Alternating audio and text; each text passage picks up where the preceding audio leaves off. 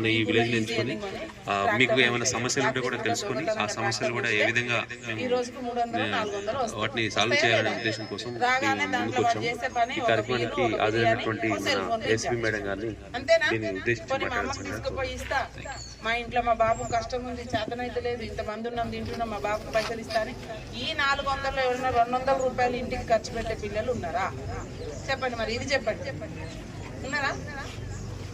వాడి స్వలాభం కోసం చేయడమే కానీ వాని సరదాల కోసం రాత్రి పూట పనిచేస్తారు. కానీ అదే అమ్మ పోతున్న కైకిలు పోదాం బిడ్డ ఈ రోజు పనింది, మరి పైసలు వెళ్తలేవు మనకి అని అంటే ఎవరైనా పోయి చేసే పిల్లలు ఉన్నారా?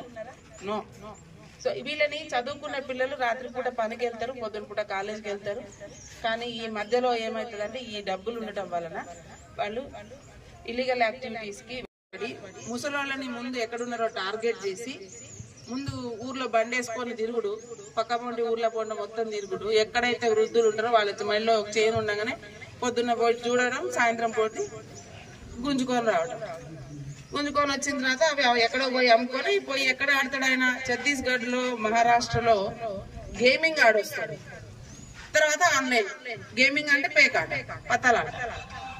అంటే ఇటు భార్య పిల్లలకి అందరికీ కూడా నష్టం జరిగి ఒక రోజు దొరకలేదు, 2వ రోజు దొరకలేదు, 3వ రోజు దొరకలేదు, 4వ రోజు దొరకలేదు, 5వ రోజు దొరికింది కదా, కేసు అయింది కదా, ఇప్పుడు జైల్లో ఉన్నారు కదా, రేపు పొద్దున శిక్ష పడుతుంది. ఎంత నష్టం జరిగింది కుటుంబానికి? మరి నీ మీద ఆధారపడ్డ ఆయనకి 2 పిల్లలు ఉన్నారు, భార్య ఉంది, ఆమె బయటకు పోవడం, పని చేయడం తెలియదు, భర్త తీసుకొస్తే తినడం ఒకటి, పిల్లలకు వండి పెట్టడం తెలుసు. మరి ఆమె పరిస్థితి ఏంటి? సో మీరు చేసే ప్రతి పని